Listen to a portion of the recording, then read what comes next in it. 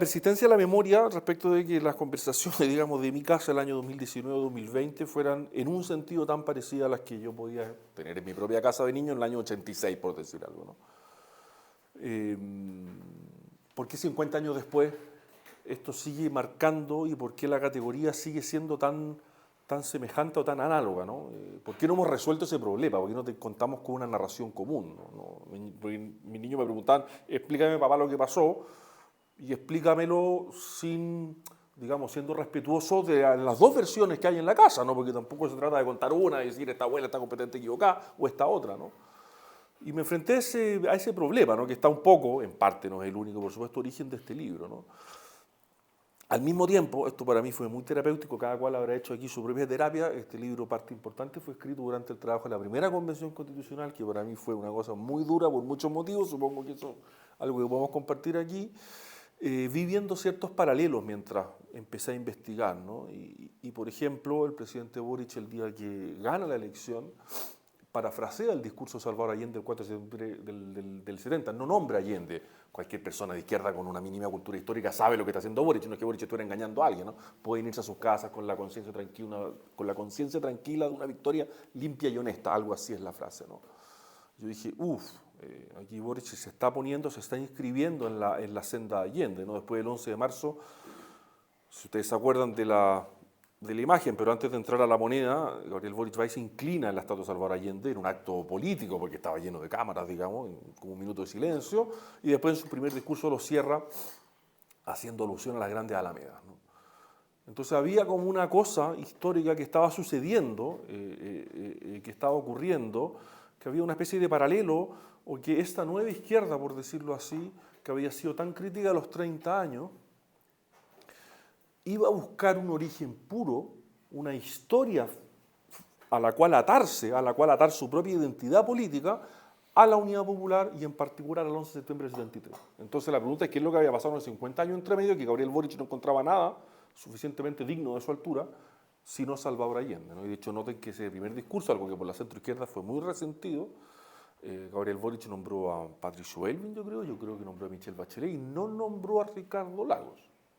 Había algo, ese silencio no es casual, ¿no? Estas cosas a Gabriel Boric no se le pasan porque Gabriel Boric es un hombre culto, le gusta la historia, por tanto es algo que le escribe un asesor y le pasa un gol, digamos. Otras cosas las que puede ocurrir, en esta no. Y por tanto me intrigó y me sigue intrigando, porque no es que haya resuelto el problema, en el fondo, la relación de Allende con la izquierda, ¿no? Y lo que me interesa explorar en el libro, que por supuesto hay muchas otras cosas, pero lo voy a explicar hoy día desde este punto de vista, es la relación de la izquierda con Allende durante la Unión Popular y la relación de la izquierda con Allende después del 11 de septiembre, ¿no? Porque, por decirlo así, Salvador Allende se mitologizó además por buenas razones, digamos, porque hay una diferencia, hay una tensión, o hay una cosa no resuelta por la izquierda porque es muy difícil de resolver. En esto yo soy crítico de la izquierda, pero al mismo tiempo entiendo los motivos, ¿no? Porque hay una altura moral en Allende a ojos de la izquierda que obviamente es respetable y es comprensible, aunque uno no sea de izquierda, ¿no? Que no es mi caso, pero, o sea, que yo no soy de izquierda. Por ponerlo así, el Allende gobernante fue una persona muy poco respetada por la izquierda, ¿no?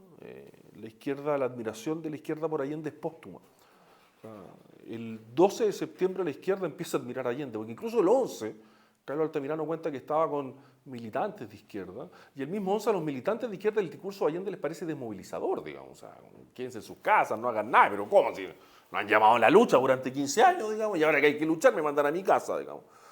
Y durante el gobierno de Allende, una de las cosas interesantes que uno descubre investigando, la izquierda escribió miles y miles y miles de páginas, están recopiladas en los 6 volúmenes de Víctor Farías, ¿no? La izquierda chilena 1969-1973, son miles de páginas, documentos de la sección Cordillera, el Partido Comunista en el que discute, con la sección Maule, el Partido Socialista, que tienen tesis distintas sobre el momento pre-revolucionario que vive Chile, digamos, una escolástica marxista, pero que es muy entretenida, al menos a mí me entretiene mucho, pero en esos miles de páginas que no sé, no estoy exagerando, pero pueden ser 5.000, 6.000 páginas, la figura de Salvador Allende juega un papel completamente lateral. A nadie le importa mucho lo que piensa Allende. Esto es un problema de discusión de las izquierdas, de los socialistas con los comunistas, con el MAPU, pero la posición de Allende a nadie le importa mucho, ¿no? A nadie le importa mucho nunca. El 11 de septiembre y el 12 de septiembre se vuelve, por supuesto, importante, Y por tanto me interesó estudiar, digamos, dos cosas, ¿no? ¿Cuál fue la relación de la izquierda con Allende o de la UP con Allende durante los 1000 días o durante el gobierno de Salvador Allende? Porque me parecía que en esas tensiones uno podía iluminar este problema, iluminar lo siguiente, ¿no? La izquierda tendió a desconectar al Allende del 11 de septiembre del Allende gobernante, ¿no? Es lo que está en el trasfondo de la polémica de estos días, ¿no? Porque es tan elevado su gesto moral, es tan elevado su serenidad o la manera en la que enfrenta ese día, que naturalmente oscurece o dificulta la tarea crítica de la Unidad Popular. Esto, insisto, yo lo puedo entender, ¿eh? O sea, si uno escucha, yo lo escuché muchas veces, digamos, para tratar de imbuirme en el ambiente. Si uno escucha los discursos de Salvador Allende, por supuesto llama la atención la retórica, el tipo de frases que construye, el mensaje que da, la claridad que tiene respecto de lo que quiere decir. Son discursos improvisados en el sentido material, no está leyendo un papel, pero largamente meditado en su cabeza. Es como cuando uno piensa qué voy a decir en esta situación. Allende esto lo pensó mucho. Es improvisado y no improvisado al mismo tiempo, ¿no? Pero al margen de todo eso llama la atención la serenidad. Le están volando los aviones, Allende tiene un casco, está su familia en problemas, su señora está en Tomás Moro que va a ser bombardeado, y Salvador Allende habla con una serenidad, o sea, que sigue siendo completamente pasmosa, a mi juicio, ¿no? Entonces, el punto es, o mi pregunta, si ustedes quieren, es, ¿por qué un político experimentado con 30, 40 años de vida política, pasillo, negociación, interlocución, o sea, Allende es como el político de la negociación por definición, ¿no? Fue presidente del Senado, fue ministro de Aguirre Cerda, que soñaba con ser presidente de la República, fue candidato 4 veces, digamos, era algo, en fin, a lo que aspiraba legítimamente, ¿no? Que apreciaba los bienes de la vida. Salvador Allende ha sido un tipo simpático, buen conversador, buen amigo de sus amigos, y por tanto le gustaban los bienes de este mundo, y esto no lo digo como crítica, ¿no? Y por tanto el suicidio para él tiene que ser una decisión difícil, ¿no? No era una zeta, digamos, que estuviera pensando siempre en el martirio, para nada, digamos, un hombre que le gustaba. Por favor, esto se ha comentado mucho, yo lo escuché mucho en mi casa, digamos, que Allende podría haber sido un tipo que se le pasaba la mano con el trago y vivía borracho. Yo creo que eso no es verdad, un hombre de su generación que se tomaba un trago, pero no era nada más que eso, nada más que la media de la gente en aquella época, pero quiero decir a alguien que le gustaba eso, ¿no? Le gustaba compartir con sus amigos. ¿Por qué ese político tan experimentado, con tantos años de circo, tan dotado, tan inteligente, con tanto arraigo popular, que esta otra cosa la que voy a compensar, porque Allende había recorrido Chile muchas veces, ¿no? Hago simplemente un breve paréntesis, ¿no? No deja de ser llamativo que la nueva izquierda obtuvo en el 4 de septiembre 38%, en un momento, digamos, estelar de su historia, y la Unidad Popular en marzo de 73, militares en el gabinete, desabastecimiento, paro de octubre, violencia en la calle, saca 44, ¿no? Pero cierro el paréntesis. ¿Por qué Allende toma esa decisión y termina en ese laberinto que no tiene otra salida digna a ojos de él que el suicidio y que morir? Algo pasó ahí, ¿no? Algo pasó que llegó hasta ahí, y me interesa unir esos dos Allendes que la izquierda naturalmente por buenos motivos separa, ¿no? Separa por motivos psicológicos, separa por motivos morales, separa por motivos políticos también, ¿no? Pero me interesa unirlos porque es la misma persona. Es la misma persona por distinta que suene, porque efectivamente Allende el 11 de septiembre es como si fuera una persona distinta, ¿no? Pero es la misma persona que tras un itinerario psicológico-político llega a la convicción y a la conclusión de que la única salida digna para su persona es la muerte en la moneda. Porque, ojo, tiene que ser a la moneda. Cuando Salvador Allende el GAP lo deja encerrado en Tomás Moro el 29 de junio, Salvador Allende se indigna con el GAP, porque él sabe el escenario de su muerte en la moneda, no es en la calle, no es en la esquina de Apoquindo con Tomás Moro saliendo en su auto. Eso no es digno, ¿no? Por eso Alfredo Sepúlveda siempre le llama la atención que a los militares no se les haya ocurrido bloquear Tomás Moro esa mañana. Digamos, la historia habría sido extraordinariamente distinta. El Partido Socialista siempre le dice, la moneda es una ratonera, no hay defensa militar posible ahí, vaya a otro lado. Salvador Allende dice, no, mi lugar es la moneda, por tanto él sabe a lo que va. ¿Cómo unir esos dos Allende? Y después me interesó una historia también, o sea, yo lo pasé muy bien escribiendo el libro, entonces yo lo digo así, pero a mí me pareció fascinante la historia, qué es lo que hace la izquierda después del 11 de septiembre con Salvador Allende. ¿Qué es lo que hace la izquierda después del 11? ¿No? Porque cómo se procesa esa derrota, esa tragedia para la izquierda. Biográficamente esto también es muy duro porque para la izquierda, para la gente que pensó esto, hay exilio, hay muerte, hay tortura, son sus amigos, son sus compañeros de vida los que perdieron la vida, tuvieron que salir de Chile, o sea, hay una tragedia involucrada, ¿no? Entonces, ¿cómo se procesa intelectualmente ese hecho que para la izquierda es tan central, ¿no? Y que se convirtió además en un ícono completamente universal, porque si ustedes van desde el pasado a cualquier lugar del mundo y quieren discutir de esto con cualquier extranjero, se lo adelanto a los que no lo hayan hecho, es imposible. Es imposible porque uno está hablando de otra cosa, ¿no? El extranjero tiene como una visión, digamos, de lo que pasó en Chile y no, como que no está dispuesto a discutir mucho con un chileno sobre eso. ¿Y qué hace la izquierda después con Allende? Hace una operación intelectual que yo creo que tiene poco paralelo en la historia de Chile, que es el proceso de revisión. En lo que se suele llamar renovación socialista, hay que aclarar, cuando se dice renovación socialista, la renovación de la izquierda, no es que sea así como del Partido Socialista en sí, sino que incluye a parte importante de la izquierda, diría yo que a casi toda la izquierda, salvo el Partido Comunista y sus satélites, porque ahí se produce una inversión, ¿no? El Partido Comunista, que había sido moderado durante el UP, se radicaliza después y valida la lucha armada, mientras que el PS sigue el camino contrario, ¿no? Y ahí me encontré con textos de Tomás Muliani y Manuel Antonio Carretón, que son textos más o menos olvidados, digamos, un poco conocidos, que están ahí, digamos, para quien quiera verlo, que son los textos donde se hace la revisión crítica, ¿no? Y no creo yo que se hayan escrito textos más críticos de la Unidad Popular que los textos de Muliani y Carretón a fines de los 70 y principios de los 80. El libro, por supuesto, cada lector tiene el derecho de leerlo como quiera y no me estoy quejando de nada, digamos, pero porque quizás yo debería haber sido más cuidadoso, pero todas las categorías que yo empleo para criticar a la Unión Popular, ninguna de las categorías es mía. No hay nada original en eso. Todas las categorías son las de Muliani y Garretón, ¿no? La derrota y los fracasos, el problema con las clases medias, la falta de conducción, la ausencia de un bloque nacional popular suficientemente sólido para impulsar grandes transformaciones. Todo eso está en Muliani y Garretón. Yo no inventé nada, no hay nada original en ese plano en el libro. A lo mejor hay otras cosas originales, pero no eso. Entonces lo que hace la izquierda es una autocrítica muy dolorosa, muy difícil, de decir en qué nos equivocamos. Y no le echemos, esto también lo dice Claudio Belli en un texto muy importante, no le echemos la culpa a agentes externos. No le echemos la culpa, porque lo hay los agentes externos. Trata de negar que la CIA, que la derecha, que los saboteadores, que los militares, ok, pero mirémonos también los errores que cometimos nosotros. ¿Y cuáles son sus errores? La desconexión con las clases medias, que se hace patente en el paro de octubre del 72. Aquí ustedes van a empezar a entender por qué esto para mí fue terapéutico durante la convención, porque yo mientras escribía esto, veía cómo la convención se iba echando en la espalda, iba cargando enemigos, ¿no? Y decía, pero usted, ¿es posible que gane si se echa encima, digamos, los senadores, los jueces, los colegios subvencionados? Con esa, o sea, como usted está federando contra sí a todas las clases medias chilenas. Bueno, a la Unión Popular le pasó exactamente lo mismo, ¿no? La falta de conexión y la falta de comprensión de lo que eran las clases medias, ¿no? Que para la escolástica marxista de la época, las clases medias eran clases puramente pendulares, que no tenían consistencia social, ¿no?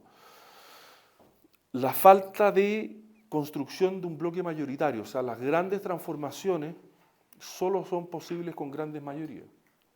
Otro paralelo, fíjense que Gabriel Boric sacó el 25% en primera vuelta y tenía un programa súper transformador. Bueno, no se puede, y esto es una gran lección de la izquierda, no se puede construir.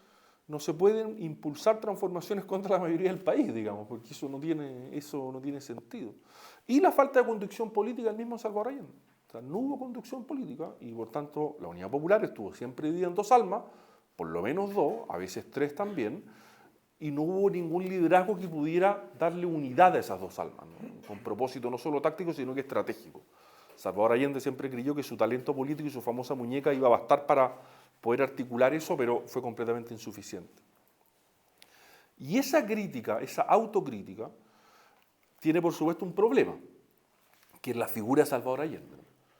Y aquí es cuando otra categoría que no la inventé yo y que no es que me la hayan criticado, pero ha salido mucho en las discusiones sobre el libro, que es que cuando Mulián en el año 83 tiene que hacerse cargo de la figura de Salvador Allende, emplea un lenguaje religioso. Un lenguaje religioso respecto al suicidio de Allende, respecto al último discurso de Allende. ¿Y qué es lo que dice Tomás Mulián? Que viene del MAPU, no hay que olvidar esa parte. Tomás Mulián dice lo que hace Salvador Allende es cargar sobre sí todas las culpas de toda la izquierda. Para cualquier persona con una mínima cultura cristiana, es evidente el trasfondo religioso que le está dando Tomás Mulián, no yo, digamos, que yo lo hago mío, pero es una idea que es de él, a la muerte de Allende. Por tanto, ¿qué es lo que hace Mulián ahí? Saca a Allende del plano político y lo eleva a un plano moral, espiritual, religioso, mítico. Porque dice, todos estos problemas son ciertos, pero no podemos criticar a Allende porque Allende es la persona que murió por nosotros. Esto, ojo, uno lo puede criticar, pero hay que criticarlo a mi juicio empáticamente. Hay que criticarlo empáticamente porque es comprensible esa actitud, digamos, ¿no? O sea, yo la comprendo profundamente, pero produce un hiato político entre la admiración por Allende, que se va a convertir en mito a partir de ese lenguaje religioso, y la crítica a la Unidad Popular. Tú me dices, yo puedo hablar horas de esto, pero tú, o sea, horas, pero tú me interrumpes, no hay, partimos discutiendo. Así que no hay ningún problema. Esa autocrítica del socialismo está en el origen de la Concertación. ¿Por qué está en el origen de la Concertación? Porque la democracia cristiana, que había sido extraordinariamente dura con Salvador Allende, y de hecho la izquierda siempre sigue culpando. Creo que estuvo Carlos Minami, yo espero que esto no salga en exante como lo de Carlos Minami, pero esto yo lo he conversado con el mismo Carlos, porque en fin, tengo... Fue él el que lo envió. Fue él el que lo envió, perfecto, me quedo muy tranquilo. Yo lo he conversado con él, efectivamente, pero no es solo él quien lo dice, ¿no? La izquierda siempre ha tendido a culpar a Aylwin de que va a negociar de mala fe en julio del 73 con Allende en la Casa del Cardenal, ¿no?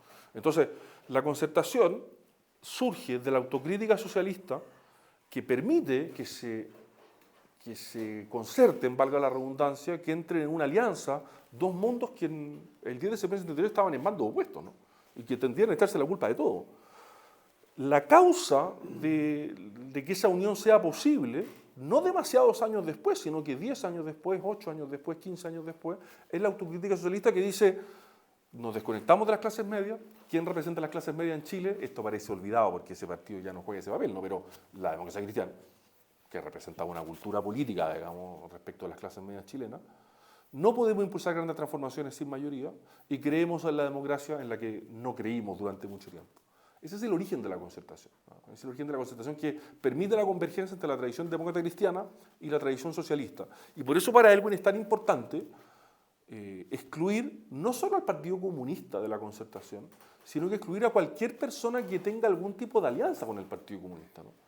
Y si ustedes se acuerdan, o sea, en fin, no tienen por qué acordarse porque pasó hace mucho tiempo, pero yo que sigo estas cosas desde muy chico, en la elección parlamentaria del año 89 hubo dos listas de la oposición, digamos. Estuvo la lista de la Concertación y estuvo la lista de lo que se llamaba el País, ¿no? De Luis Mayer del Partido Comunista, porque Aylwin no quería en su lista a nadie que estuviera en una mesa sentado conversando con la gente que validaba la violencia, ¿no? Aylwin dice, esa es mi línea roja, y la fija, pierde parlamentarios, digamos, pero no está dispuesto a eso, ¿no? Perfecto. En los años 90 y en los años 2000 se produce, por supuesto, la primera transición, donde la figura de Allende queda un poco escondida porque la hegemonía en un primer momento está en la DC, y por tanto si Aylwin es el presidente no se puede reivindicar a Allende. Creo que salió ayer el libro que escribe en los años 70 Patricio Aylwin sobre la Unidad Popular. Yo creo que va a ser un libro bien bombástico porque parece que un libro, yo no lo he leído, pero me imagino que es un libro muy duro porque en los años 70 lo que tenía que hacer Patricio Aylwin era justificar su actitud durante la Unidad Popular, ¿no? Entonces me imagino que va a ser un libro que a la izquierda le va a doler un poco el estómago con el libro.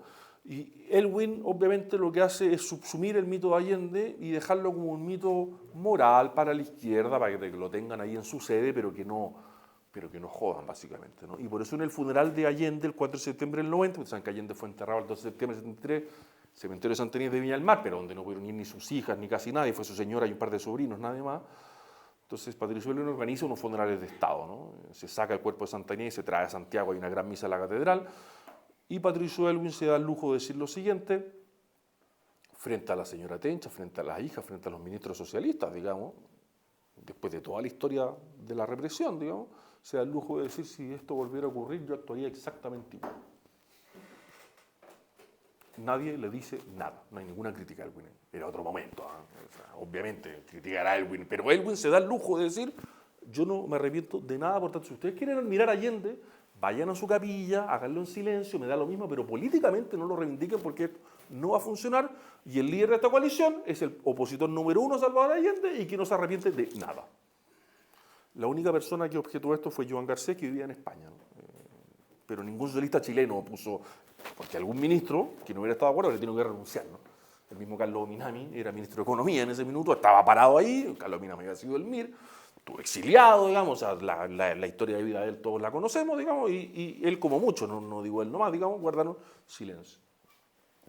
Pero al mismo tiempo se empezó a producir en la izquierda, conforme pasaban los años 90, digamos, esta famosa distinción entre autoflagelantes y autocomplacientes, que tiene en Tomás Murián, curiosamente, una figura importante, porque Tomás Murián escribe Chile Anatomía de un mito, creo que del año 97 ese libro, un libro que vendió infinitamente más que este, la otra me decían que vendió 40.000 copias, lo que es bien sorprendente, no sé si lo han leído, pero un libro de altuseriano, estructuralista, digamos, bien difícil de tragar, digamos, o sea, un libro que no es de lectura simple, pero Tomás Mulián se pasa al bando del autoflagelante y critica la transición, y empieza a ser el gran crítico de la transición.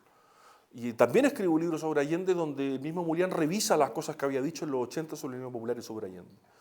¿Por qué me interesa decir esto? Porque la nueva generación de izquierda, que vamos a llamarla la del Frente Amplio, la que nace a mediados de los 80, fines de los 80, que es la de Gabriel Boric, no conoce al Mulián de los años 80, sino que conoce al Mulián de los años 90.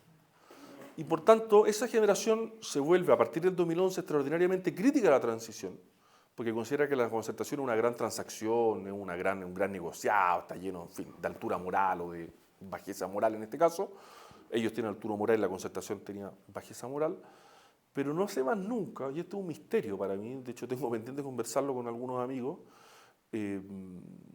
no leen los textos de los 80.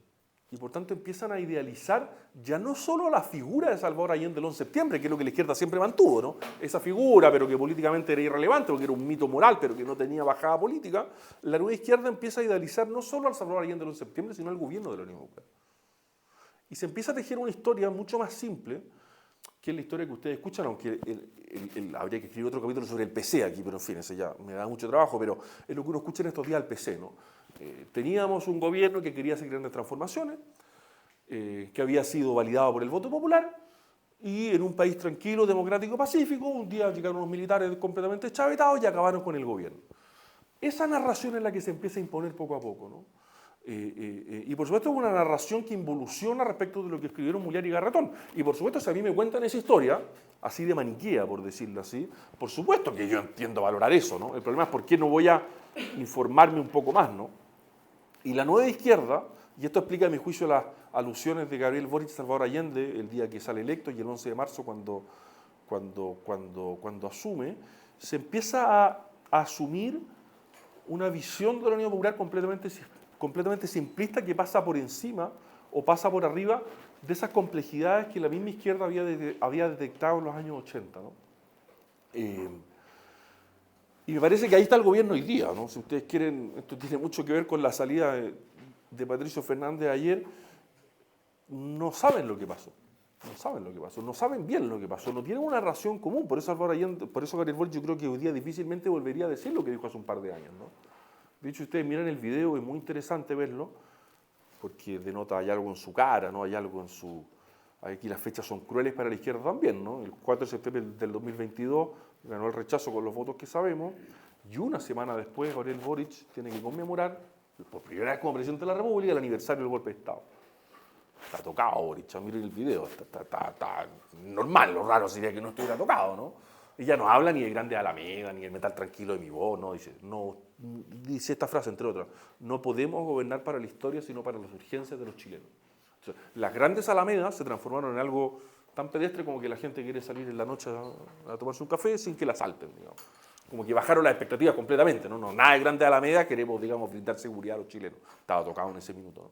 Entonces, el gobierno ahí quiso cambiar el registro, pero naturalmente se encontró con una izquierda más dura que no está dispuesta a cambiarlo porque su propia historia se teje a partir de eso, ¿no? Ascanio Cavallo tiene una tesis complementaria con la mía, pero que es muy interesante, yo no la había pensado, que es que lo que el Partido Comunista aquí en este trance quiere defender es que el proyecto Allende no era un proyecto socialdemócrata y por tanto Gabriel Boric no se puede socialdemocratizar reivindicando la figura Allende y por tanto le está poniendo una tensión brutal.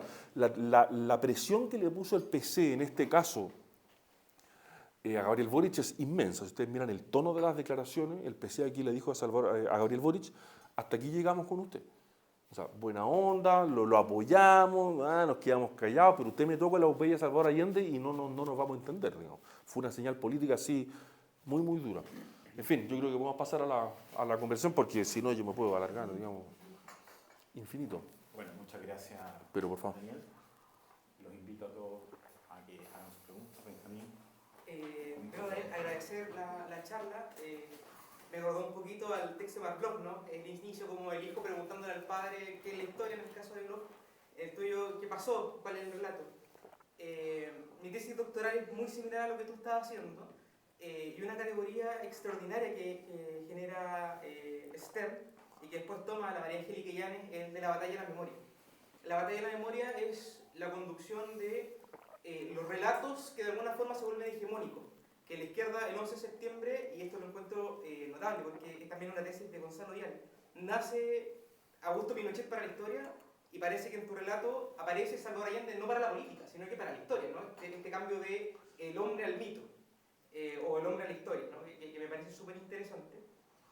Y el relato que se va generando Salvador Allende de alguna forma es una mitificación de aquel pasado y que utiliza el concepto de la resistencia a la memoria, ¿no? Que también es muy de Gamburi, en cómo entender también mi propia relación con la historia y en tu caso particular mi historia familiar con lo que estás narrando sobre Salvador Allende. Y aquí mi pregunta sobre lo que pasó incluso con Patricio Fernández.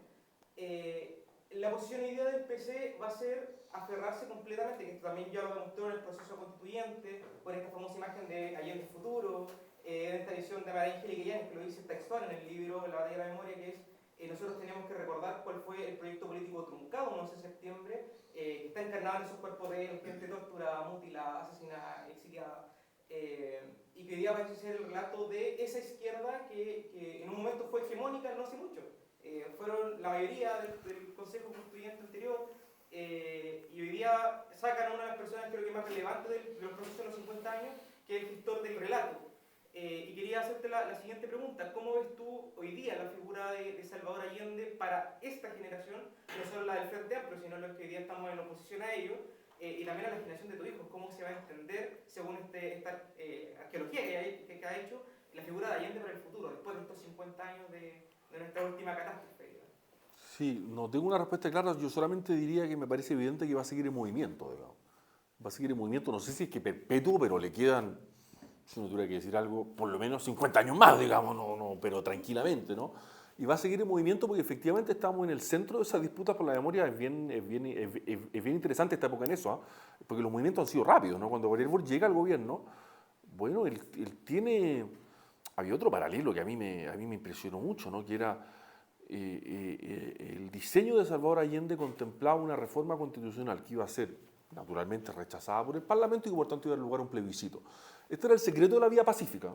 No había vía pacífica sin plebiscito porque había que pasar un congreso unicameral, había que modificar la judicatura, cualquier coincidencia con el proceso fallido, digamos, es fruto del azar, digamos, y por tanto tenía que hacer un plebiscito. Salvador Allende podría haberlo hecho, no era fácil, ¿eh? Pero el primer año de Allende fue un año con baja inflación, mucha plata en la calle, digamos, o sea, fue un muy buen año donde la DC miró esto con mucha benevolencia, o sea, ese año un plebiscito probablemente Allende, no sé si lo habría ganado, pero habría dado una pelea dura por ganarlo, ¿no? Entonces, fíjense que Gabriel Boric llega al poder, hay que pensar en esto como para la mitología o para la historia de esta generación de la izquierda, que a mi juicio esto le pasó porque no había leído lo suficiente, o porque no había estudiado lo suficiente. El 18 de octubre fue leído como una revuelta antineoliberal. Fue leído como una revuelta, por tanto, que quería votar la Constitución de Pinochet. A partir de eso se elige una convención. Una vez le escuché esto a Rodrigo Álvarez que estaba adentro, ¿no? Nunca en la historia de Chile ha habido una asamblea más a la izquierda que esta, digamos, y probablemente no la haya nunca más. En esa locura, en ese delirio, o sea, no sé en ese delirio, pero en esa dinámica, Gabriel Boric es electo presidente de la República. Aquí hubo una señal, que fue la elección parlamentaria, la primera vuelta donde ganó José Antonio Caz. Ahí uno podría haber dicho, mire, usted ganó, pero no ganó por tanto, pero no se quisieron hacer esa pregunta, ¿no? Y a los 6 meses se encontraban con el plebiscito, que Allende nunca pudo hacer, que les permitía modificar todo. O sea, era realmente un momento estelar, soñado, ¿no? Acuérdense que la cantidad de cosas, bueno, cuando el senador Latorre, hoy día conocido por otro tipo de cosas, no quiso votar un programa de vivienda social porque eso se iba a discutir en la nueva constitución, ¿se acuerdan, no? Y el tema de la ISAPRE iba a ser o sea, nada, porque eso va a ser la luz y ahí se abre todo, ¿no? Y esa era por eso el Boric habla de las grandes alamedas, ¿no? Porque siente las grandes alamedas se van a abrir con la nueva constitución, obviamente, digamos, ese es como el dato central, digamos, si nueva constitución no la puede abrir, digamos, no. Y eso cambió muy rápidamente, de hecho hoy día yo no sé qué va a hacer el gobierno con la conmemoración, digamos, yo no sé qué puede hacer Gabriel Boric con la figura de Allende por el modo en que la ha ido tratando durante su gobierno. Entonces, me parece que ya en los últimos 2 años ha cambiado mucho. Esto no es por, en fin, yo se lo agradezco al presidente, pero el presidente cuando recomienda mi libro y el de Joan Garcés, lo que está diciendo es, vamos a mirar esta época con un poco más de cuidado con la que hemos mirado hasta aquí, podría recomendar otro, da lo mismo, ¿eh? Y eso es lo que el PC no acepta, ¿no? No hay nada que ir a mirar aquí, digamos, aquí la historia es clarísima, ¿no? Entonces Gabriel Boric quiso moverse un poco y por supuesto estaba tocando algo sagrado para la parte de la izquierda y eso no es tan simple, ¿no? Entonces, para responder tu pregunta, esto se va a seguir moviendo, digamos, se va a seguir moviendo. ¿En qué sentidos y direcciones? No lo sé, pero se va a seguir moviendo, digamos. Y en la medida en que haya, esto podría ser interesante conversarlo, pero en la medida en que haya una especie de, ¿cómo decirlo? Lo voy a llamar así, pero un poco provocativamente, ¿eh? Algo de nostalgia por la restauración autoritaria, lo voy a llamar así, porque, y lo voy a explicar, ¿no? Mientras más problemas de seguridad hay, más las generaciones, incluso que no vivieron bajo Pinochet, que no lo conocieron, viven con una idea un poco mítica, de decir, bueno, bajo Pinochet había orden. Y eso a mi juicio explica que la valoración de Pinochet haya sido tan fluctuante, porque bueno, mientras más desorden, bueno, ¿cuál fue el último minuto de orden en Chile? En el imaginario de, bueno, con Pinochet había mucho pero había orden, digamos. Eso obviamente que también puede hacer variar porque las figuras de Pinochet y Allende son por supuesto relativas unas a otras, ¿no? Así que va a seguir cambiando tal como ha cambiado la percepción de Pinochet. Siempre me llamó la atención cuando Gonzalo Vidal escribió su último texto sobre Pinochet, dijo, en 50 o en 100 años más, Pinochet va a ser valorado. Y uno decía, en ese momento cuando Vidal escribe eso, uno decía, bueno, no, esto, pero ¿por qué lo dice, no? Yo creo que estaba pensando en ese tipo de cosas, pero, en fin, pero pregunta abierta.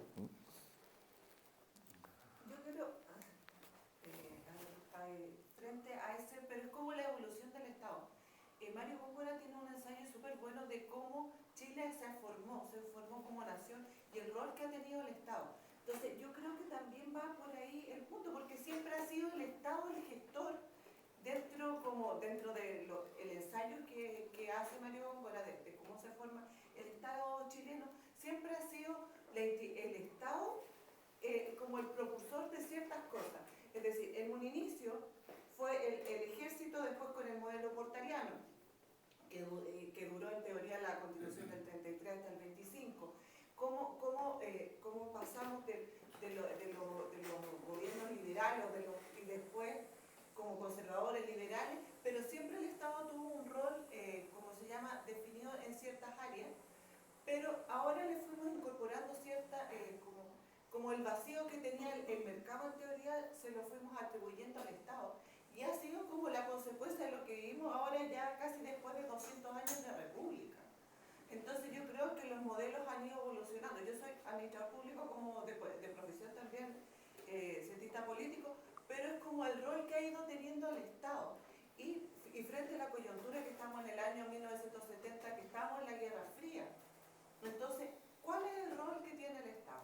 ¿Qué modelo vamos a aplicar? ¿En el futuro, dice usted? No, es decir, como para entender lo que estamos viviendo ahora. Por eso, es que Mario Góngora tiene esa visión que el Estado ha sido como el articulador de la sociedad,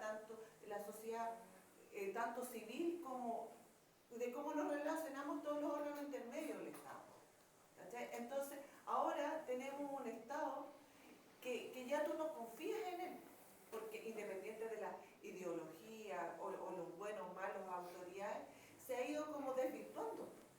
Entonces, ¿qué es lo que pasa? ¿Por qué? Porque llegamos a la democracia independiente de la figura que tiene como Salvador Allende, porque igual podríamos decir que el modelo de Salvador Allende se murió cuando él no cumplió el pacto con la DC. Porque si nos pusiéramos a hacer como, oye, él desde un inicio nunca cumplió con su palabra, los puntos que él hizo como de las garantías constitucionales, que no las cumplió. Entonces, si empezamos como el declive de la institucionalidad o de por qué no funcionó este también experimento que en teoría decía, Chile va a ser el experimento de la vía democrática para el socialismo. Entonces, también es como, oye, desde un inicio nunca cumplió ¿cómo se llama? Sus compromisos. Entonces, ¿cómo le vaya a creer a una persona de ese talán? Empecemos desde ahí. Entonces, cuando llega... ¿Cuál es la pregunta entonces? Que dado nuestra historia institucional, ¿cómo vamos a mirar el futuro? Porque una cosa es como las figuras de tanto de Allende a Pinochet, pero tenemos el aparato del Estado capturado por la izquierda desde siempre, tanto en el Ministerio de Educación, en la cultura, en todos lados. Entonces, como una cosa son ciertas figuras relevantes y la otra es cómo lo traemos como al mundo real. Es como lo que estamos viviendo ahora en el Ministerio de Vivienda. Entonces, cómo esas figuras que son modelos distintos de cómo funciona en el Estado han llevado a nuestro país a la decadencia, ¿cachai? Okay. Ese es como... Sí, no tengo una respuesta para la pregunta así general. Sí diría que por supuesto que la Unidad Popular está en el centro de una disputa, que la explica muy bien Mario Góngora por lo demás, sobre el papel del Estado.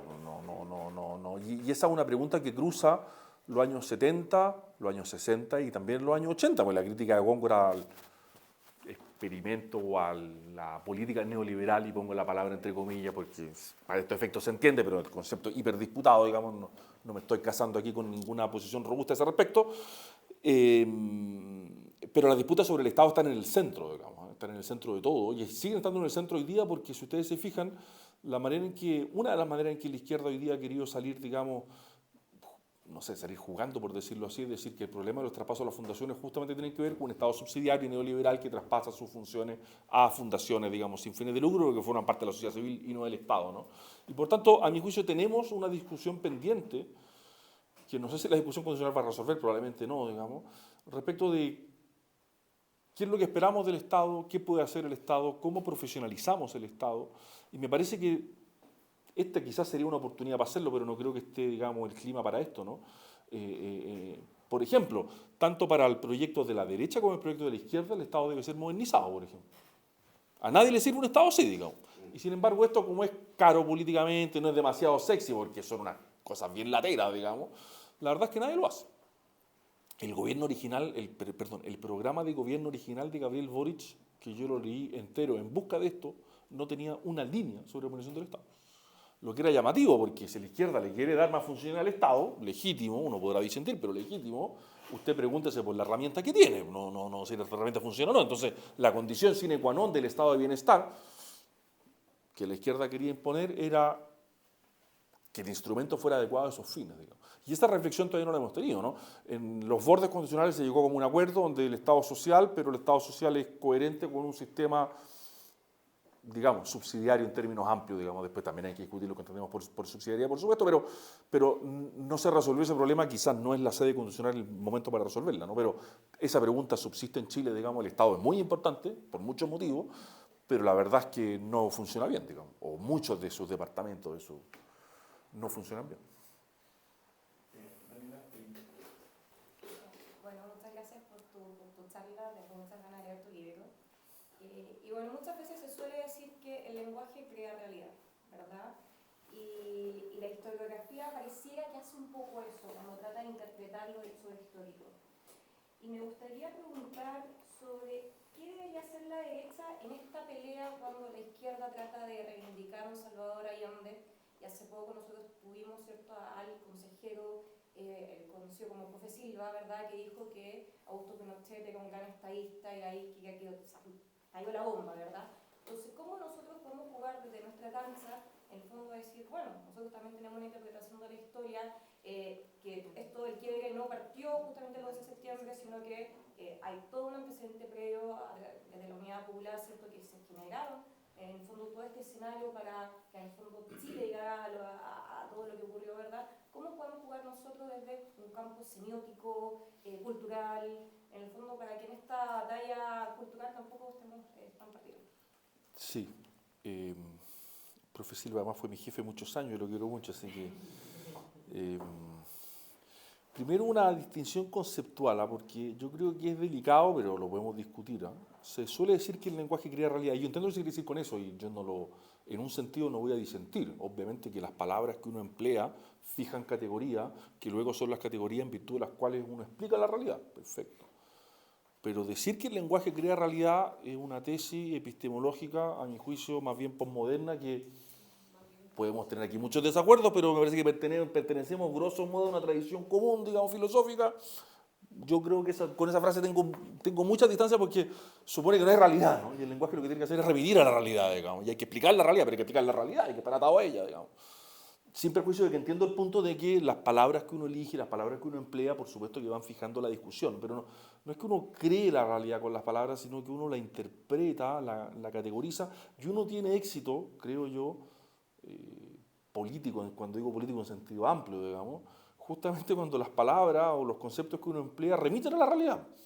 Eso es como, en fin, esa sería como mi convicción filosófica, digamos, no les puedo poner un solo ejemplo, digamos, que me parece que puede permitir entenderlo. Las versiones más duras de las teorías de género, digamos, justamente lo que buscan hacer es que, bueno, el lenguaje crea completamente la realidad. Y lo que nosotros, o por lo menos yo creo, es que no, pues el lenguaje lo que tiene que hacer es reflejar la realidad. Y ahí es complicado, es difícil, porque no tenemos un acceso directo a la realidad, sino que solo al fenómeno, en fin, otra discusión filosófica muy larga, pero eso sería como mi primer punto. El segundo punto sería que, pero esto ya es una visión, digamos, que uno podrá discutir, es que por supuesto que hay que ir a disputarle conceptos a la izquierda, pero antes de ir a disputar hay que saber qué queremos disputar. Y por tanto yo creo que no tiene ningún sentido ir a dar peleas conceptuales o categoriales si no sabemos lo que queremos defender, digamos. O sea, si ir a pelear por pelear, digamos, bueno, vamos, digamos, nos tiramos, digamos, unos buenos espadachines, pero no. Y esa pregunta, yo no sé lo que la derecha quiere defender sobre el pasado, porque la derecha no se ha hecho esa pregunta, digamos. Y yo creo que mi querido Luis Silva, digamos, tampoco lo tenía muy claro cuando respondió esa pregunta. O a lo mejor lo tiene claro y no estamos de acuerdo, no lo sé, no lo he conversado con él, digamos. O sea, este tema en particular. ¿Qué es lo que queremos defender? ¿Qué quiere defender la derecha? ¿La legitimidad del 11 de septiembre?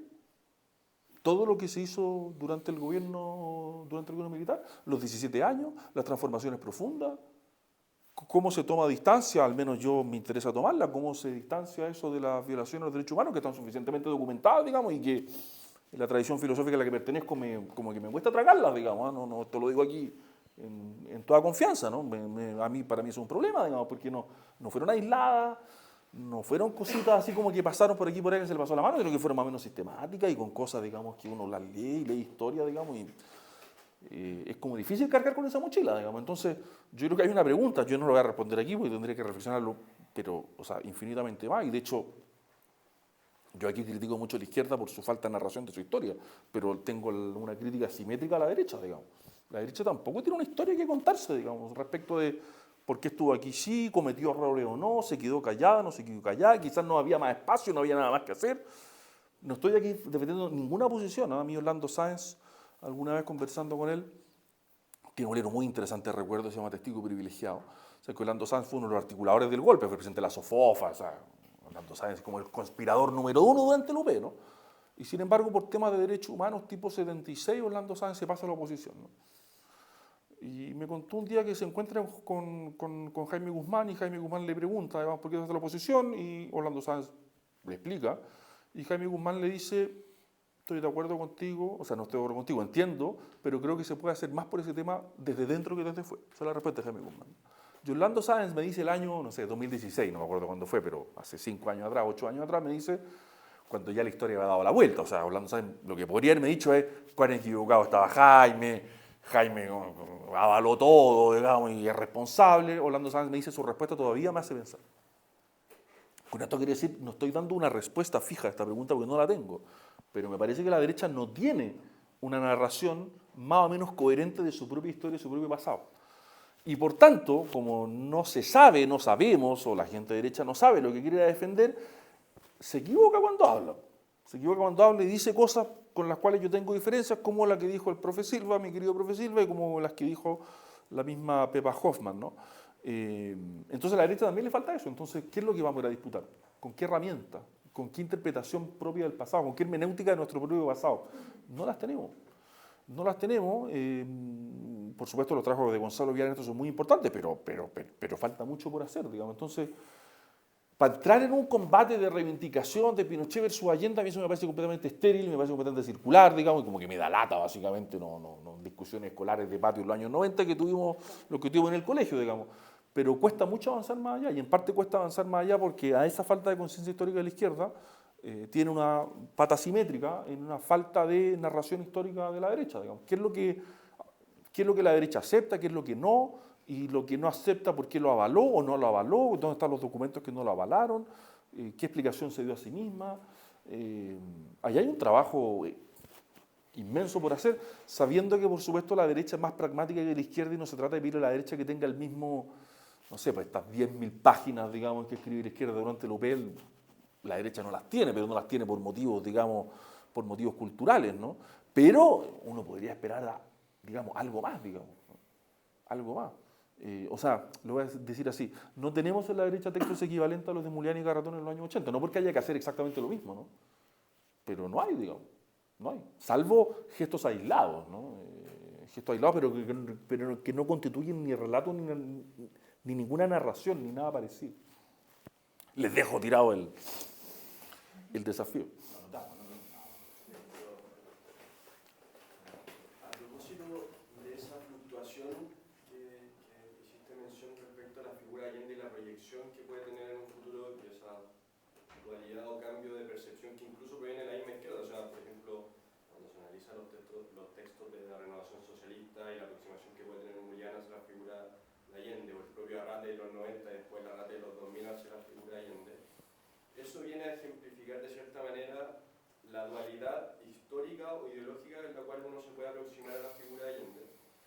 Y eso parte, yo creo que, al menos con una de las cuestiones que yo me quedé, que creo que puede ser objetiva y transversal a cualquier lector que pueda aproximarse al libro y al análisis de la figura de Allende, es las contradicciones y ambivalencias que fueron palpables dentro de la UP, pero en mayor medida en Salvador Allende, desde una perspectiva de que uno puede hacer una cierta diferenciación entre la praxis política, o sea, el Allende político, el que tú decías ahí un poco el de pasillo, de la negociación, el tratar de llegar a acuerdos con la ADC, etc. Del Allende un poco analizado desde el punto de vista de la tesis política, o sea, un Allende que nunca renuncia, al menos desde la palabra, a la tesis guevarista de la lucha armada dentro de las revoluciones propiamente que se promueven desde América Latina. Bajo ese análisis que creo que puede ser más o menos objetivo, mi pregunta, y con una de las dudas que me queda al leer el libro, es ¿qué predomina al momento de poder analizar Allende? ¿El Allende desde el punto de vista de la tesis ideológica o el Allende desde el punto de vista de la praxis? Y si pueden aunarse para efecto de poder tener efectivamente una mirada objetiva que pueda decantar en una... es difícil, pero que pueda decantar en una especie de aproximación más o menos transversal que pueda dejar de lado esta mirada dualista en la cual se analiza el gobierno europeo y particularmente la figura de Allende. La pregunta del millón. La pregunta del millón. Es un hombre complejo, es un hombre ambiguo, un hombre ambivalente, un hombre cruzado de tensiones. Gabriel Valdés siempre decía que Salvador Allende debería haber sido electo el 58, que pierde por poco, antes de la Revolución Cubana. O sea, era otra izquierda, digamos. Y la historia de Chile habría sido muy distinta. Gabriel Valdés como que se lamenta de eso. En el 58 era otro Allende, ¿no? Conviven al Allende todas esas cosas, conviven con cierta dosis de frivolidad, hay que decirlo en el sentido siguiente, que una crítica frecuente a Allende, que era un hombre frívolo. Lo dice Frey, lo dice Elwin, lo dice mucha gente.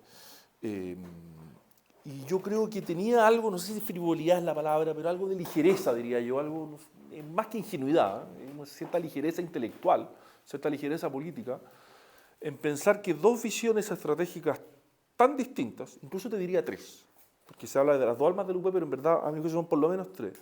Una es la guevarista, con la que Allende simpatiza, sin nunca casarse plenamente con ella, porque él era un hombre, digamos, era un dandy que ocupaba terno y comía buena cosa, no tenía el perfil del guerrillero barbudo, aunque están las fotos en Cañaveral con el tipo, digamos, que está apuntando, que está aprendiendo a tirar, digamos. Está la vía chilena, que es la de Allende, pero que nunca tuvo sustento teórico, digamos, no tenía mayor consistencia. Y están los comunistas, que están aliados con Allende, pero por motivos distintos. Estratégicamente no están de acuerdo, su problema es táctico. La Unión Soviética hoy día no quiere más problemas por acá y nosotros obedecemos a Moscú, punto. O sea, básicamente conoce el viejo chiste y cuando llueve Moscú, el comunista chileno saca paraguas, digamos. El viejo chiste que es un partido muy obediente, digamos. ¿Y dónde está la ligereza o frivolidad de Allende, como ustedes quieran llamarla? En el hecho de pensar que su talento político, su muñeca política iba a lograr darle unidad y conducir a todo esto. Y no notar que la diferencia era estructural. Y por tanto, una de las cosas llamativas del gobierno de Allende es que en cada hecho, en cada decisión que había que tomar, hay dos posiciones y están en constante conflicto, constante fricción, que además, a diferencia de lo que ocurre hoy día, que se da más o menos por Twitter, ¿no? Usted tiene el siglo, tiene el punto final, o sea, tiene los diarios que van fijando las posiciones, la última hora era del Partido Socialista, o sea, cada partido tiene su medio, están ahí los medios a disposición de quien quiera leerlo, entonces van todos los días peleando, digamos, es impresionante, ¿no? Y Allende eso no logra conducir, no logra conducir en parte porque él no es líder del UP y para ser candidato aceptó someterse a la unanimidad del Comité Político del UP, lo que fue un gravísimo error, Claudio Belli lo explica muy bien, y no logra nunca liderar su coalición ni darle cierta unidad. Yo no puedo juzgar la conciencia de Allende en el sentido de cuál era la convicción última de Allende. Joaquín Fermandoa, por ejemplo, mi historiador que me merece todo el respeto y de quien he aprendido infinito, Joaquín Fermandoa dice que Allende era muy duro, y sus contactos con la Redeal lo prueban, de que era un hombre, digamos, durísimo. Yo no estoy seguro, tengo más dudas que él, y lo juzgo simplemente por la actitud que tuvo, por sus discursos, porque es verdad que nunca renunció del todo al guevarismo, pero fíjate cuando Fidel Castro viene a sabotear. Fidel Castro se queda 3 semanas y según alguna gente Fidel Castro solo decide irse cuando ya está convencido de que mató a esto. De hecho, tanto lo mató que la primera manifestación donde las clases medias salen a la calle el día antes que se vaya Fidel Castro. O sea, Fidel Castro vino a matar la vida pacífica porque era lo contrario de lo que él pregonaba, digamos. Entonces habían diferencias así como sustantivas. Y cuando Allende, a mi juicio, toma distancia, sin dejar de ser total y completamente frívolo en esto, porque él mismo salió presidente y alimentó esta dinámica que después no pudo detener, que es que Allende, cuando se da cuenta de lo que es la guerra civil y que de verdad puede haber una guerra civil, Salvador Allende no la fomenta. Allende dice, no quiero guerra civil, intenta frenar a su ultra, ya no puede frenarlo, porque usted cuando alimentó eso ya no lo puede frenar. Pero él retrocede frente a eso. Y por eso se reserva para sí la política militar, ¿no? Y no deja que nadie se meta con los altos mandos porque eso es prerrogativa de él. Entonces Allende, humanamente, en algún minuto, dice, no vale la pena destruir este país. Él mismo había construido ese país, había sido parlamentario 30 años, ¿no? Retrocede frente al horror de la guerra civil. Estoy simplemente juzgando el hecho, ¿eh? ¿Cuál era su convicción última? No lo sé, sinceramente no lo sé. Probablemente, como pasa con los políticos, ni él la sabía claramente. ¿Y eso puede interpretarse desde el análisis que tú hiciste desde una renuncia ideológica o de una renuncia pragmática a esa tesis de violencia que promueve la izquierda? Lo que pasa es que en este caso están vinculadas porque como Allende soñaba con que se podía transitar pacíficamente al socialismo, cuando se ve enfrentado a que ese tránsito no va a ser pacífico, se enfrenta a la disyuntiva. Bueno, el tránsito violento es equivalente al tránsito pacífico, y ahí dice, por motivos pragmáticos e ideológicos, no es lo mismo. Ahora, él ya no podía detener nada, ¿no? Y en ese sentido es al menos ligero. Usted echó a andar esta cuestión, hágase responsable de lo que echó a andar, obvio, digamos. Pero él no mueve un dedo, o sea, los mueve cuando está desesperado, pero él no quiere fomentar el enfrentamiento. Y fíjense el discurso que da en la ceremonia de nombramiento, el último Gabinete de Seguridad Nacional, donde asumen Prats, Montero y Ruiz, ¿no? Que esto ya no me acuerdo las fechas, pero puede ser el 10 de agosto del 63, por ahí, un gabinete que dura 10 días, 2 semanas. Ese discurso durísimo con su mundo, les pido una tregua a ustedes, los ultras, déjenme tranquilo, déjenme gobernar, esta es la última oportunidad que tenemos, digamos. Y no se la dan. Porque de hecho, cuando se desencadena todo, a mi juicio, cuando 10 días después el general Ruiz renuncia al ministerio, y eso produce la entrada de Lee, que era un golpista y todos lo sabían, y no solo produce la entrada de Lee, sino que la salida de Ruiz del ministerio produce que las mujeres vayan primero a manifestar al Ministerio de Defensa, y después las mujeres de oficiales van a manifestar a la casa del comandante en jefe del ejército, lo que produce la salida del comandante en jefe del ejército, lo que produce todo el dominó, que es lo que desencadena el golpe, ¿no? O sea, no lo ayudaron. Yo quería preguntar, sabiendo de que no he leído el texto, sí, quizá la respuesta está ahí, pero hemos tenido en los anteriores talleres de coyuntura ya a Oscar Guillermo Garretón y a Carlos Gomina recientemente, y bueno, ambos de una manera u otra han insistido muchísimo, y bueno, esto lo escuchamos recurrentemente en el discurso de la izquierda acerca del carácter democrático, eminentemente democrático de la figura de Salvador Allende. Y justamente uno de los grandes argumentos que se citan en la larga carrera parlamentaria que Allende desarrolló. Tú hablabas hace un rato de que evidentemente la izquierda ha hecho una separación, una disección de Allende entre el Allende del 11 de septiembre con el resto. ¿No se recurre de esa manera también cuando se cita esta eminente carácter democrático de Salvador Allende, una disección entre el Allende parlamentario y el Allende gobernante propiamente? ¿También nos está recurriendo a un ejercicio similar? Sí, sin duda, pero lo entiendo.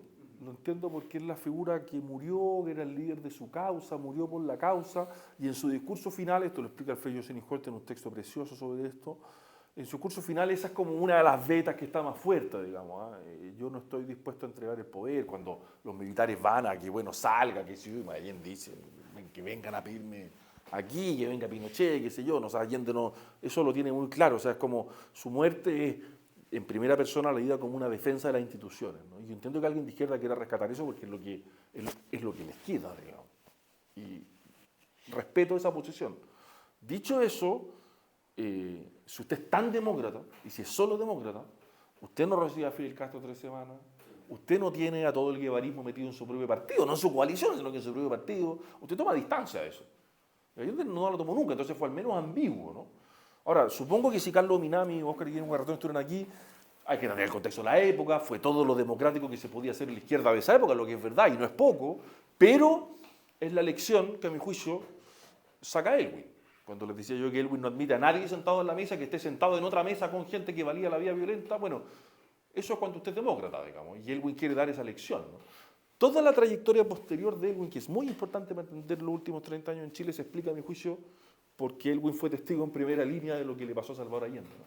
Entonces yo sin controvertir todo lo que dicen ellos respecto a Allende, sí le establecería un matiz de que, bueno, una persona así de demócrata, por supuesto que no tiene esa ambigüedad ni esa admiración por el modelo violento, ¿no? Y Allende jugó en esa ambigüedad. ¿Por qué jugó en esa ambigüedad? La lectura más benevolente, no es la de Joaquín Fernández, por ejemplo, es porque para ser presidente necesitaba el apoyo de esos mundos. Obvio, es el apoyo de esos mundos. Entonces lo sube al tren. Pero una vez que esos mundos lo apoyan, esos mundos empiezan a exigir más cosas y ya no lo puede manejar, ¿no? Está en la ambigüedad eso, está en la ambigüedad, pero yo entiendo lo que dicen, pero me parece que, para ser completamente honesto, habría que establecer el matiz de que un demócrata así de carta cabal, digamos, no coquetea 15 años con los revolucionarios ni con los guevaristas, ¿no?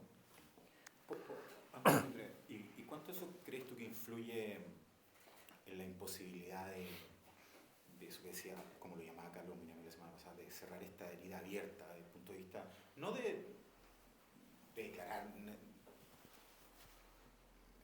un binomio, digamos, o una forma maniqueísta, si era demócrata o no, pero ¿cuánto falta de eso, del escrutinio desde el punto de vista de una apertura a la izquierda? Porque, claro, esos relatos que tú cuentas de Tomás Julián, de Garretón, son desgarradores desde el punto de vista que nos faltó vínculo con la realidad, no es tan cierto que solamente había un problema entre los más moderados y los menos moderados. No solamente fue un tema de operatividad, de pragmatismo, de ideología, sino que también hubo un vínculo con la violencia potente. Tú lo manifiestas, o sea, cita a Patricio Elwin en el discurso después de la muerte de Pérez Zukovich, estos resultados de la gente que han parado la violencia y que cómo le vamos a pedir ahora en la mitad del gobierno de Allende, digamos, que renuncien a la violencia, o sea, lo está responsabilizando eso también. ¿Cuánto influye a tu juicio si es que tú crees también que falta un escrutinio, cuánto influye para eso que Minami decía, cerrar esta vía, a tu juicio? Es difícil la pregunta porque si estuvieran aquí Carlos Minami y Óscar Guillermo Garretón, ellos te dirían, y con toda justicia, oye, mi biografía habla por mí, pues viejo. Si yo estuve en el MIR, estuve en el MAPU Garretón era el MAPU ya, sí, pero el MAPU, digamos, completamente vuelto loco, digamos. ¿Y qué hice yo después? Cuando volví a validar la vía violenta, yo hice la autocrítica, me exilié, murieron mis amigos, fui ministro de Economía de Elwin y me quedé callado el 4 de septiembre del año 90, fui senador, gané por voto, o sea, la autocrítica, viejo, yo la hice. Y esa generación, yo creo que, sinceramente, yo no tengo mucho que objetarle, en el sentido de que la hizo, y no solo la hizo teóricamente, sino que la vivió políticamente. Nadie podría decir, o sea, Carlos Minami, uno de los arquitectos de la transición. Después se convirtió en autoflagelante, tiene el derecho, digamos, no de tener la posición que quiera, pero es un hombre que renunció, digamos, a la vía violenta que él defendió de joven. Y me parece que su trayectoria habla por él, ¿no? ¿Dónde está el problema? Que también se vincula con Minami en todo caso, o con la generación de Minami. Yo soy amigo de él, así que, pero no tengo nada contra él, por el contrario. En que los más jóvenes tienen una visión que es completamente idealizada y que el 18 de octubre y la manera en que avalaron la violencia del 18 de octubre está conectada con esto. Está conectada con las preguntas de mis niños. Y ahí hay algo que se perdió. Digo, por eso hay un capítulo que para mí es muy importante del libro, que es el capítulo donde Minami discute con su hijo, con su hijastro, pero que es como su hijo, ¿no? Que se cambió el apellido, de hecho, con Marco Enrique. ¿Por qué la generación de Minami no le explicó bien esto a sus hijos?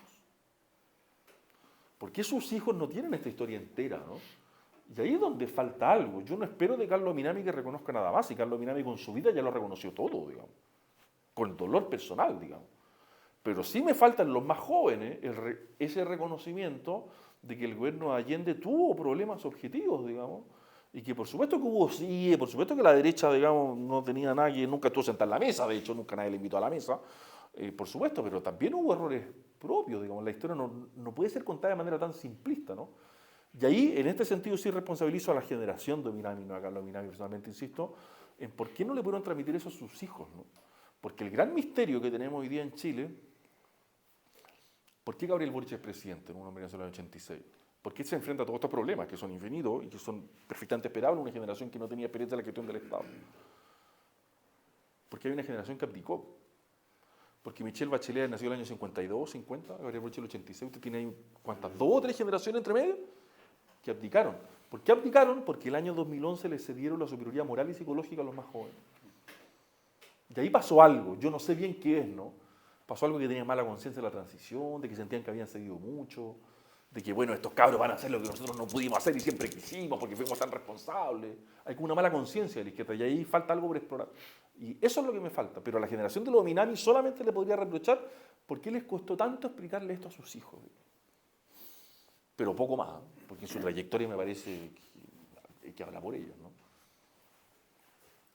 Daniel, más allá de las trayectorias posteriores, digamos, eso no borra, digamos, los comportamientos y responsabilidades que se pudieron haber tenido en un presente de la UP, en un pretérito para nosotros, digamos. Pero,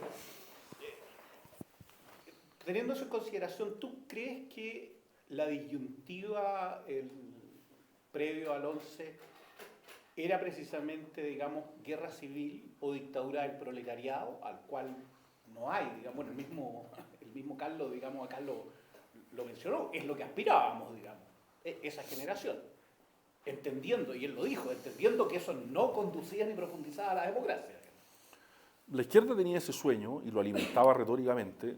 A mi juicio no tenía los medios para imponerlo, porque no hubo preparación militar. Esto es lo que Patricia Pólitzer le pregunta a Carlos Altamirano, ¿no? ¿Y usted qué hacía en septiembre de la tarde? Bueno, caminaba buscando un refugio. Entonces, como el jefe del partido, digamos, guevarista, digamos, no tenía protección, no tenía nada, digamos. Entonces sí lo querían y alimentaban la retórica, y esto es parte de la dinámica infernal, ¿no? ¿Por qué los militares bombardean la moneda? Porque no saben lo que tiene la izquierda. Y como no lo saben, tienen que dar una señal tan fuerte de aplastamiento de las fuerzas contrarias porque sienten que están en guerra civil. Se dan cuenta, Ascanio Cavallo lo cuenta con ironía al final de su libro sobre el golpe, ¿no? Al final del día habían muerto, no sé, 6 personas, digamos, y habían 2 heridos. No me acuerdo el número, pero es más o menos así como ridículo, ¿no? Pues esta gran intervención militar resulta que se suicidó Allende, murieron 2 GAR, digamos, y habían 2 militares, digamos, que le había llegado algo así. Un poco más que eso, pero o sea, no tenían la fuerza. Dicho eso, lo que sí, a mi juicio, juega un papel fundamental en el desencadenamiento del golpe, sobre todo después del 29 de junio, es el temor interno en las Fuerzas Armadas a la división. Y eso sí es terrible. Pues el 29 de junio lo que se dan cuenta los altos mandos es de que ya los mandos medios ya no están aguantando, de que aquí iba a pasar algo. Entonces, o mejor lo conducimos nosotros, o aquí nos terminamos disparando entre nosotros. Y esto fue traumático en las Fuerzas Armadas, digamos, el hecho de la posibilidad de dispararse entre sí. Como el 91.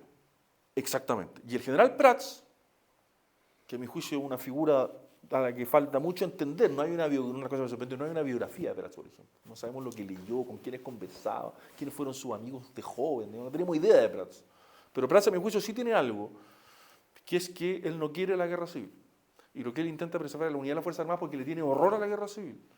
Y con toda la simpatía que había desarrollado por Allende, una vez que sale de la comandancia en jefe, no mueve un dedo para que unidades leales al gobierno lo defiendan, porque no quiere que militares se enfrenten entre sí.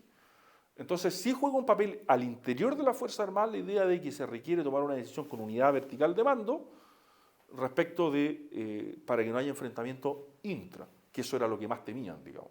Y eso sí juega un papel, por supuesto, digamos, sí juega un papel, pero total, digamos. O sea, a eso las Fuerzas Armadas le tienen pavor, digamos, con toda razón por lo demás, digamos, eso es atroz, digamos. Y el Partido Comunista agitó durante mucho tiempo la bandera de no a la guerra civil, como tratando de llamar a no apoyar el golpe, porque el golpe había precipitado en esa lectura una guerra civil. Me parece que por ahí se juega la disyuntiva que está en torno a ese concepto. La izquierda hubiera querido una guerra civil, todos los discursos de Altamirano llaman a la guerra civil, pero al final, el 11 de septiembre, amargo contarlo así, pero la verdad es que Altamirano paseaba por San Miguel, digamos, buscando a alguna señora que lo refugiara en su guardilla, digamos. Esto suena así, pero es tal cual, digamos, no había aparato militar digno de ese nombre, porque siempre fue un delirio tratar de enfrentarse a Fuerzas Armadas profesionales. Entonces, ¿cuál era la posibilidad? Dividir a las Fuerzas Armadas. Pero como Salvador Allende se reservó la prerrogativa de estar con las Fuerzas Armadas y que las relaciones las llevaba solo él, eso tampoco tuvo mayor posibilidad. Y por lo tanto, cuando Prat sale, Allende se queda sin ninguna herramienta, digamos, porque es verdad que Montero no era pro golpe, pero Montero tampoco era pro allendista, cuando antes jefe de la Armada, y Merino, básicamente, creo recordar que le pinchan los neumáticos del auto, le cortan el teléfono, y Montero en septiembre no puede salir de su casa, digamos. Lee estaba a favor del golpe, y Pinochet, en fin, no sabemos exactamente cuándo se sube, pero Allende pierde todo poder al interior de la Fuerza Armada con la salida de Prat, básicamente, ¿no? Sí, por favor. Tomando el agradecimiento de la charla, una pregunta muy concreta. Tú hablaste de los errores de falta de conducción, desconexión de las clases medias, etc. ¿Tú podrías reconocer 2, 3, etcétera, hitos claves como los errores no forzados de Allende que condujeron finalmente al 11 de septiembre? El primero es, sin duda, aceptar la condición de estar sometido a la unanimidad del Comité Político de la Unión Popular. Partido Socialista, Partido Comunista, MAPU, después se integra la izquierda cristiana, al principio está el partido de Tarut, que era el partido, el PRI, ya no me acuerdo cómo se llamaba, digamos, una sigla, digamos. API, eso, ya. A la unanimidad, o sea, bastaba que Tarut, que era un partido que representaba a Tarut y su familia, digamos, estuvieran en desacuerdo, y Allende no se podía mover, digamos. Creo que el papá del Jorge Tarut, que circula, creo que era Rafael Tarut. Ya, ese es el primer error, ¿no? Porque Allende ahí se somete a una condición que lo va a limitar total y completamente, ¿no? Total y completamente. Después está la política económica expansiva, ¿no? Que le da un aire durante un año, pero que empieza a pagar la cuenta al cabo de un año, ¿no? Empieza a emitir billetes, digamos, como loco. Entonces, al principio todos tenemos plata, y en fin, como muchos de nosotros la habríamos escuchado a nuestros padres, yo no viví esta época, ¿no? Pero mi padre siempre le escuché que nos sobraba la plata, pero no servía para nada porque no había nada que comprar, porque por supuesto se produce desabastecimiento, inflación, mercado negro, todo esto que un economista lo habría visto, digamos, así como, bueno, obvio, no hay ningún misterio, ¿no? No hay ningún misterio.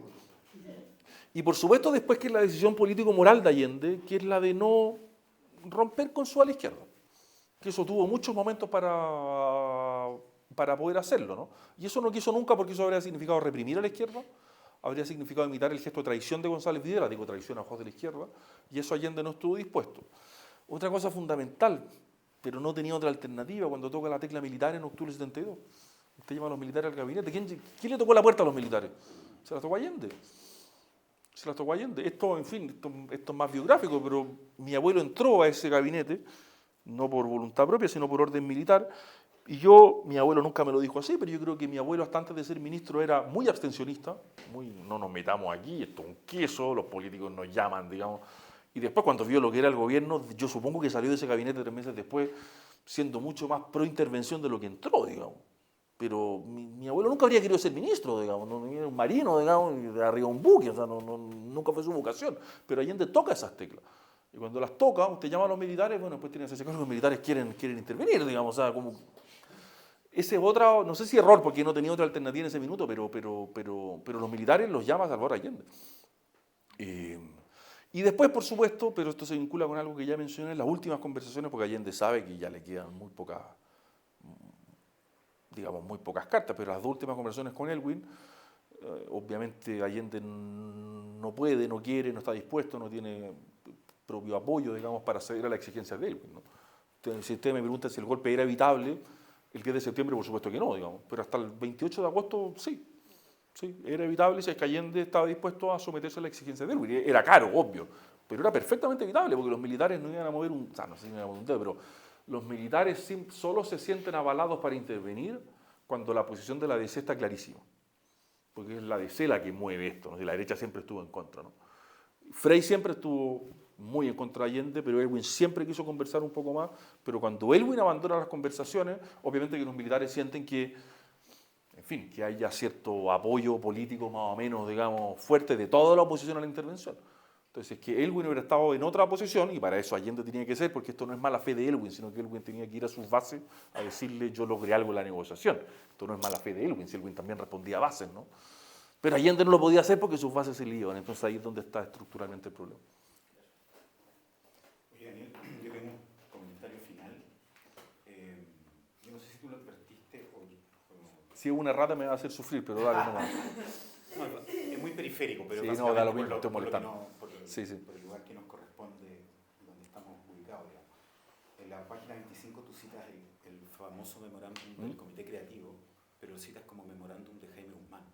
Ah, perfecto. Y eso desde el punto de vista de la connotación que ha tenido ese memorándum y la influencia supuesta de Jaime Guzmán en aquello, en la colaboración, el contenido del texto para las futuras generaciones, y eso lo quisiera yo constatar hoy día, puede conducir a un error, de modo que te lo comento fraternamente. Sí, no, y te lo agradezco mucho. Porque está marcado con- Eso realmente, yo creo que es Renato Criste que se lo atribuye a Jaime Guzmán, y a mí me pareció verosímil esa atribución, pero encantado, digamos, de escuchar razones si es que a ustedes les parece que no lo escribió él, digamos. Efectivamente, es que el título del No, no. memorándum Es Comité Creativo, no, no. de Jaime Guzmán. no, ya, no, pero ya, quizá habría que precisarlo más y te lo agradezco, pero el punto es, ¿tú tienes dudas de que lo haya escrito Guzmán? Es que eso entra en el ámbito de la interpretación, de las posibilidades y la hermenéutica. Perfecto. Pero desde el punto de vista de la cita, del título, Perfecto. el citarlo como memorándum de Perfecto. Jaime Guzmán, Perfecto. No, quizás uno, sí, no es el título del documento. lo entiendo, más allá de la interpretación que uno sí. puede hacer. O sea, uno podría y poner, que hay mucha interpretación al respecto. o sea, uno podría poner del Comité Creativo De hecho, está citado por Belén Moncada, por UNEUS, como memorándum atribuido a Jaime Guzmán. No, pero, del Comité Creativo. Digamos. pero lo recojo, sí, sí, sí. Perfecto. Muchas gracias. Pero por favor. Te queremos felicitar, agradecer tu disposición, tu Pero honestidad. encantadísimo, muchas gracias. Y en este último libro que publicamos sobre Guzmán son varios autores que Perfecto. escriben sobre él.